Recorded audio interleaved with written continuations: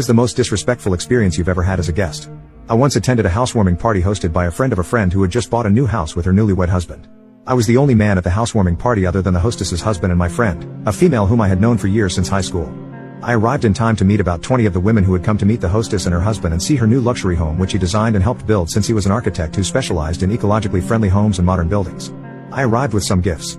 A box of some luxurious chocolate hazelnut cake, and a brand new bread maker machine which the hostess really wanted.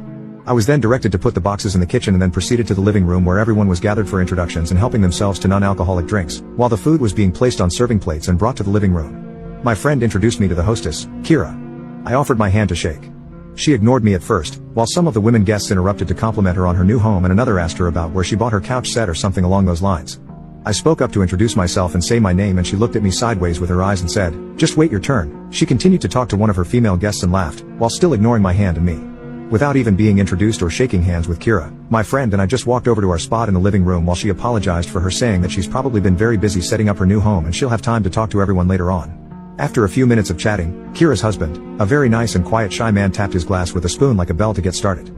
We all bowed our heads together in prayer and blessed the housewarming party and all who came and brought gifts. Then Kira started her speeches and announcements and each guest had a chance to introduce herself and say one interesting fact about herself.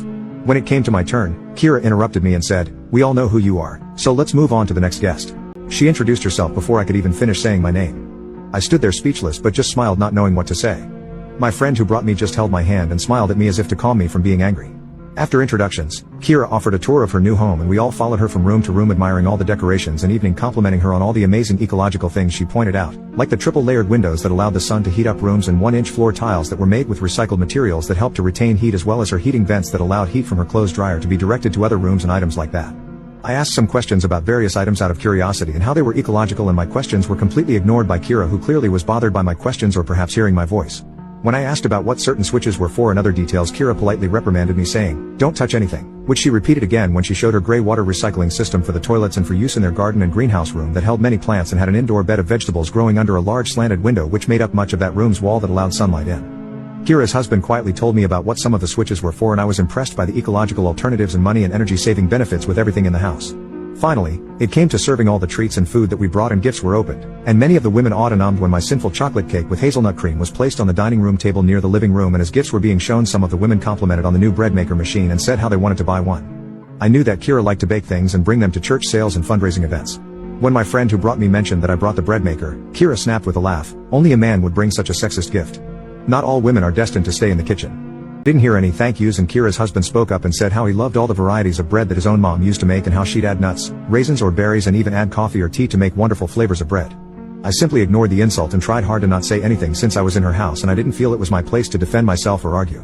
As a gentleman, I let all the ladies be served first, whether it was cake or salad or chicken wings. When I was finally served, I was really impressed with some black and spicy chicken on skewers which I thought were really delicious, and when I asked who made these and what was put into the recipe, the hostess snapped so rudely, "If you don't like it you can leave, we didn't make this food just to feed you."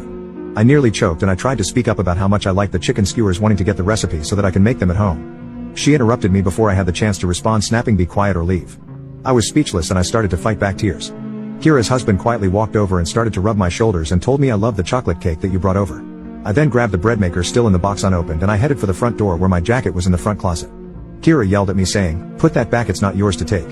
I then turned around and yelled back, "Yes it is, I bought it and there's no way in hell I'm spending $250 in taxes on an appliance for someone who has been so rude to me," and I grabbed my jacket with my friend following me as she apologized and tried to calm me down as we headed for the door with Kira following me.